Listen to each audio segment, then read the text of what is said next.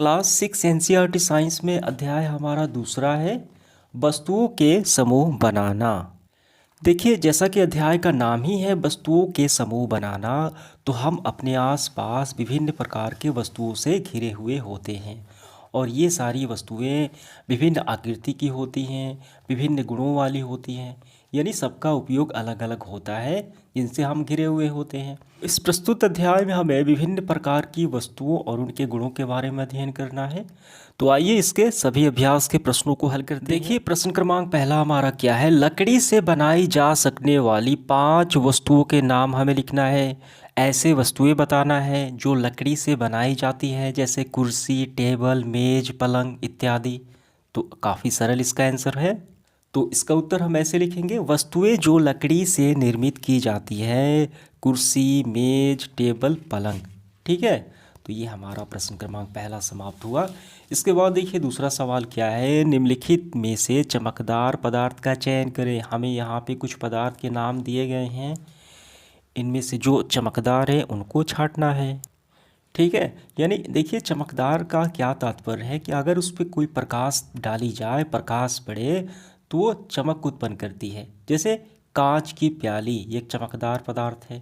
Plastic का खिलौना ये तो नहीं है। स्टील का चम्मच ये चमकदार पदार्थ है।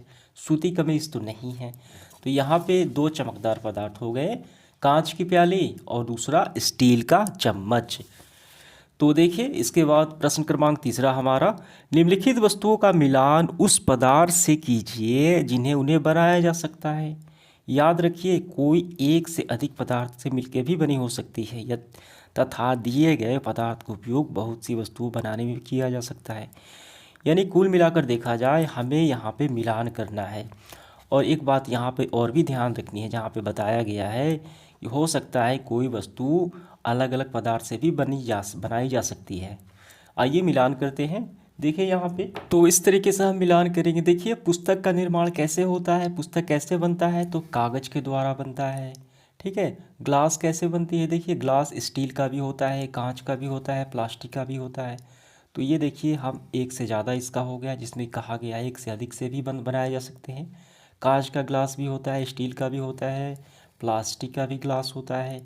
कुर्सी देखिए यहाँ पे, तो कुर्सी का निर्माण देखिए लकड़ी की भी बनाई जाती है, कुर्सी प्लास्टिक की भी बनाई जाती है, खिलौना प्लास्टिक का बनाया जाता है, जूते सिर्फ चमड़े के बनाए जाते हैं। समझ में आ गया। तो इस तरीके से हमारा मिलान पूरा हुआ। इसके बाद देखिए आगे बढ़ते हुए चौथा सवाल हमारा, नीचे दिए गए कथन सत्य है अथवा असत्य, उसका उल्लेख हमें करना है। सही और गलत का हमें चयन करना है। यहाँ पे देखिए का नंबर है, पत्थर पारदर्शी होता है जबकि कांच अपारदर्शी होता है। ये तो उल्टा ही दे दिया गया है। पत्थर तो अपारदर्शी होता है और कांच तो पारदर्शी होता है। ये विपरीत बात कही गई है, तो इसका मतलब ये बिल्कुल गलत होगा हमारा। खा नंबर, नोटबुक में ध्रुति होती है जबकि रबड़ इरेजर में नहीं। देखिए ध्रुति मतलब होता है चमक।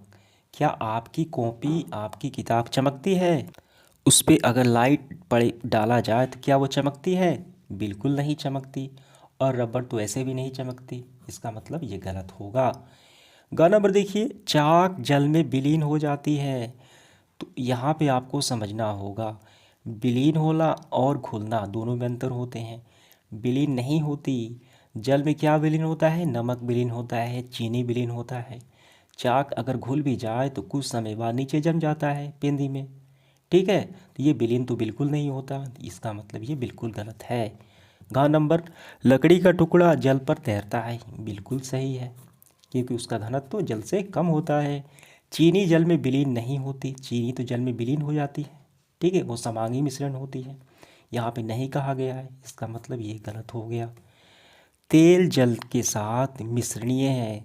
क्या किरोसिन तेल, पेट्रोल जल में मिला दिया जाए तो क्या वो घुल मिल जाएंगे? यहाँ पे मिश्रणीय है, क्योंकि दोनों का लेयर तो अलग होगा। तेल ऊपर आ जाएगा और पानी नीचे बैठ जाएगा, तो आपस में नहीं मिलेंगे, नहीं घुलेंगे। तो यहाँ पे मिश्रणीय कहा गया, इसका मतलब ये भी गलत हो गया। अगला देखिए, बालू यानी रेत जल में निस्रावित हो जाता है।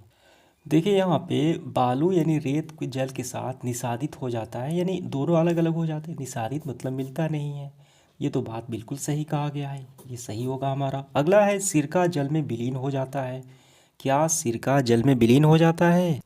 तो ये बिल्कुल सही बात है कि सिरका को अगर जल में मिला दिया जाए तो इस तरीके से वो गायब हो जाता है, घुल मिल जाता है कि हम उसको नहीं देख पाते नंगी आंखों से। ये बिल्कुल सही होगा हमारा। इसके बाद पांचवा सवाल देखिए क्या है।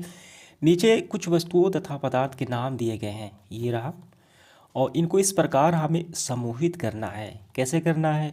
जो गोल है आकृति का है उसे हम अलग कर देंगे, जो अन्य आकृति का है उसको हम अलग कर देंगे, यानी उसका नाम बता देंगे।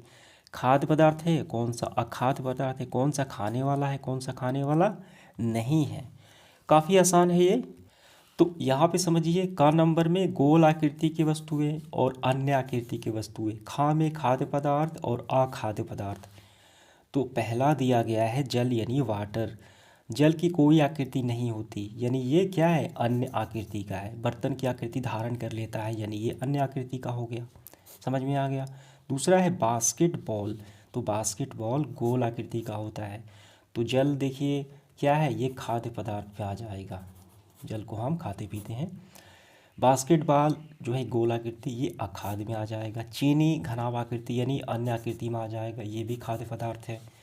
ग्लोब, तो ये पृथ्वी का छोटा प्रारूप होता है, ठीक है, नमूना होता है, ये गोल होता है, ये अखाद्य पदार्थ, हम इसको नहीं खाते। सेव अंडाकार यानी गोल आकृति का होता है, ये भी खाद्य पदार्थ है, ठीक है। मिट्टी का घड़ा, ये गोल होता है, ये अखाद्य पदार्थ है। तो इस तरीके से हमने ये पांचवा सवाल कर लिया। इसके बाद देखिए 6 नंबर, जल में तैरने वाली जिन वस्तुओं को आप जानते हैं उनकी सूची हमें तैयार करना है। जांच भी ये भी देखना है क्या वो तेल में या अन्य मिट्टी के तेल में तैरती है कि नहीं। तो देखिए कोई वस्तु जल में तैरे या ना तैरे उसके घनत्व पर डिपेंड करता है। अगर उसका घनत्व जल से कम होगा वो तैरेगी, अगर ज़्यादा होगा तो वो डूब जाएगी, जाहिर सी बात है।